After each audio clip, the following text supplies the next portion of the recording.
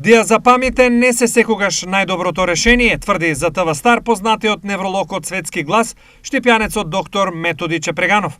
Наместо таблети, тој препишува отворен и искрен збор, кој знае дека е полековит отколку таблетите за смирување. Кај сите стресни состојби е правило да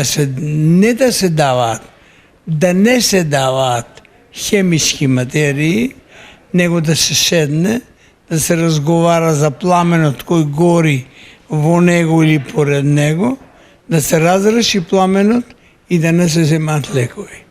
Најголемата грешка на моите почитувани колеги е што таквите пациенти ги клюкаат со анксиолитици и со антидепресори. Тоа е голема грешка. Ова меѓу другото со низа аргументи за делотворноста на зборот и автосугестијата, Чепреганов го изнесе пред членовите на Штипскиот општински сојуз на пензионери. Тие сесрдно го прифатија советот дека убавиот збор во повеќе случаи на стресни состојби е поефективен отколку таблетите. Вој совет ни треба да го слушаме, отколку да даваме пари за апчиња. На нас, како граѓани, како луѓе, поготово како пензионери, вакви совети ни требат. Совети кои ќе не охрабрат, ќе не го кажат пато, разбираш ли, како треба овие години ние да се понашаме, да се однесуваме, да